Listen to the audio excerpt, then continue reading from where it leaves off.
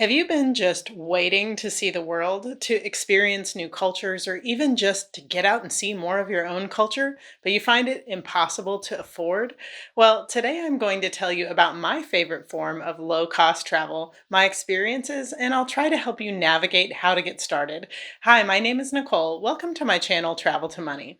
I am a budget traveler. I have tried all of the different forms of cheap travel like couch surfing, work exchange, staying in hostels, and more. I don't know about you, but as I get older, I want my own place to stay when I travel, the ability to do my work, and just have a bit more privacy than the other forms of travel I just mentioned. And while there are definitely some cheap Airbnb options out there, why pay for an Airbnb when you can stay in an even nicer place for free? Well, sort of. I want to tell you that my all time reigning favorite form of budget travel is via house sitting. Many years ago, I would have friends ask me to come stay in their homes to watch their dogs or cats, but it was always where I lived locally. I never thought about being able to do that for other people all around the world. But about 10 years ago, a friend sent me a blog. The woman in the blog wrote about how she traveled the world on just $14,000 per year. And she did this because of house sitting. And she was doing this before it was so easily accessible on phone apps and websites. By the way, you can check out my favorite house sitting site at the affiliate link in the description. I'll be sure to put it in the comments too. I've been a member on and off for 8 years, and it's the only site I use for house sitting. Anyhow, I read that woman's blog over and over as I processed this light bulb moment. Until that point, I always thought travel was an expensive vacation that you took once per year with a week off of work. And at that time, a vacation like that wasn't affordable to me. So maybe you are in a place like I was back then, dreaming, or maybe you're already traveling and you're just looking for a way to save. Let me tell you, house sitting can be amazing.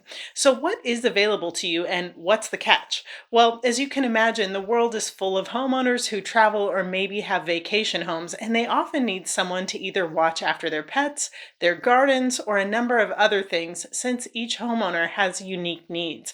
I don't know about you, but taking care of a sweet dog or cat doesn't feel like a work exchange or a chore, especially traveling solo. It's so nice to have a furry companion for a while.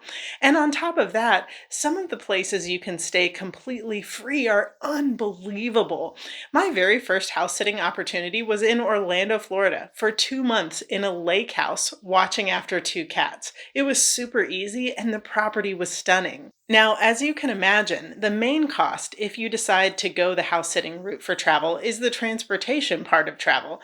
In the blog I first read, the girl mentioned that there were two important things that allowed her to keep costs down. Number one was being flexible about the location. At the time she wrote the blog, she had been traveling for a few years, but she still hadn't been to the destination that had originally been on the top of her list. Instead, she decided to look for long-term stay opportunities that were at least a month or two. By doing this, she could reduce the amount of flights she'd need to buy in order to get from one place to another. And her opinion was that even though she ended up going to a lot of places that she had never planned to, it ended up being more amazing than she could have ever imagined. So the two keys here are flexibility with location and looking for long-term stays. I promise that you will be shocked to see how beautiful some of the homes are that are available. Check out the link in the description and just browse through the listings, and you'll see that just like I did, you may start to really dream about what this could look like for you. There are listings all over the world. The US is really popular, and I've also found that the UK and France participate quite a bit. You'll also find listings in Spain, Portugal, Mexico, various locations in South America, Southeast Asia, and more. Now, I mentioned it before, but it's important to note that every single homeowner is different and may have different needs. I specifically look for homeowners who have done a good job of listing photos, who have given a very detailed description of their expectations. From there, I look for good communicators and people who are kind and reasonable. Generally speaking, especially with the site I recommend, you are staying completely free and are not required to pay for anything like utilities. Some homeowners may even offer their car for the duration of your stay or other conveniences. Another cool option on the site I mentioned is is that some homeowners also offer stopover locations for one night for house sitters who are traveling between house sits. They really have thought of so many ways to make travel easy for the house sitters. For experienced house sitters, some homeowners, especially when in a bind due to last minute plans, may also offer to cover the cost of your travel.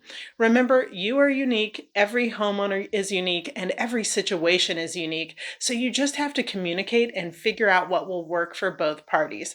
Now, you should not become a house sitter just to get a free place to stay. Most of the time, house sitting revolves around caring for a pet. If you are not good with animals, you should not offer to care for animals. That's really important. Not every house sitting opportunity will require the care of a pet, but most of the time they do. And although most of the house sits are for watching after cats or dogs, you may also see every other kind of animal you can imagine: chickens, goats, horses, snakes, hamsters, reptiles, and more.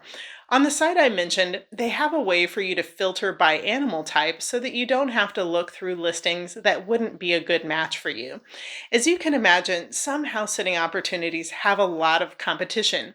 It could be because of the location, the duration of the stay, the time of year, or the home itself. The best thing you can do to set yourself up for success is to have an awesome profile and to be a great house sitter. So let's talk about your profile for a minute. Start with good photos of yourself, especially if you have some of you with animals. I've seen some profile photos where the person has that smoldering look or is trying to look sexy. I'm like, I just don't think that's what homeowners are looking for. I find that it's great to be detailed in your profile about who you are. Be honest and genuine. If you aren't good at writing, have a friend help you or use AI to proofread it for you. When I signed up, I reached out to several friends for references to include on my profile. There was one couple I had house sat for who were very charismatic and outgoing, so I asked them to make a video review for me. I couldn't think of a better way to really build trust with homeowners who may be watching. You could also make a video of yourself, but I'd only recommend doing that if you feel comfortable in front of a camera. Once you have your profile in good shape, the hardest part will be getting your first house sit. Not that it's that hard. I was able to secure the very first house sit I applied for. But I thought about it and decided it would be much easier to offer a house sit for a local homeowner before I started traveling. I realized it would be more of a benefit to them because I already knew the area, had my car locally, and they wouldn't have to worry about my travel arrangements. Sure enough, it worked. I think the combination of starting locally is one good way to start to build your profile with good reviews. The next thing you can do is look for last minute house sits. For homeowners, these are the hardest to find house sitters for, so this could be an opportunity to score your first house sit. Once you start to get official reviews under your belt, it will get easier and easier. Of course, assuming that your reviews are good. The most important thing is to do a great job of communicating, exchanging expectations with the homeowner, and making sure their home and pets are cared for well. You could literally just live all over the world and not even have a place of your own if you really wanted to get into house sitting. You only need money for transportation to and from, for food, and for your basics like your phone and health insurance. This could be especially good for someone who works remotely and wants to save a lot of money for a couple of years while seeing the world. Heck, I even used house sitting once to stay in my own city while I rented out my house on Airbnb. So I was making a profit on my house while I stayed in an even nicer house with some sweet animals. I really see it as such a win-win situation. This year, I'm going to use house sitting for shorter term stays as I travel across the US doing van life. My van is on the smaller side, so this will allow me to have some short stays where I can have a proper shower and a bit more space.